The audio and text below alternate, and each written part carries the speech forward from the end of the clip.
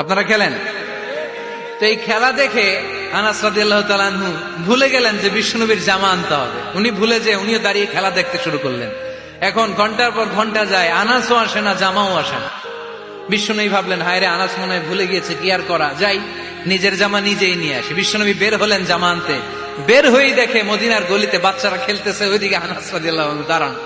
বিষ্ণু ইসলাম কিছু বললেন না, যে উনিও আনাস রাদিয়াল্লাহু তাআলা আনহুর পাশে দাঁড়িয়ে খেলা দেখতে আরম্ভ করলেন। সুবহানাল্লাহ পড়বেন না? সাইয়েদানা আনাস খেলা দেখতে দেখতে দেখতে দেখতে দেখতে দেখতে হঠাৎ বিশ্বনবীর দিকে চোখ পড়ে গেছে। বিশ্বনবীর চোখের দেখে যখন সাইয়েদানা আনাস রাদিয়াল্লাহু তাআলা আনহুর চোখ পড়ে গেছে, সাইয়েদানা আনাস বলে, আমার কলিজাটা এখান থেকে এই দিকে চলে আসছে ভয়ে। কিসে? ভয়ে।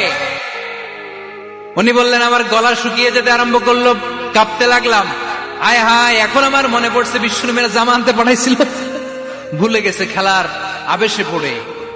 উনি বললেন, বিশ্বনবী আমারে ধমক দেন নাই, আমার গায়ে হাত তোলেন নাই, জামা আনতে পাঠাইছি, এখানে খেলা দেখতেছো এটাও বলেন নাই, বিরক্তিও প্রকাশ করেন নাই। বিশ্বনবী শুধু একটা হাসি দিয়েছেন, স্মাইল।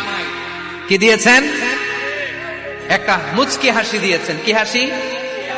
সাইয়েদানা আনাস বলে, ওই যে ওই দিনের বিশ্বনবীর মুচকি হাসির শাসন মরার আগের দিন পর্যন্ত আমি আনাসকে সোজা রাস্তায় রেখেছে, আর ডানে বায়ে নেয় নাই।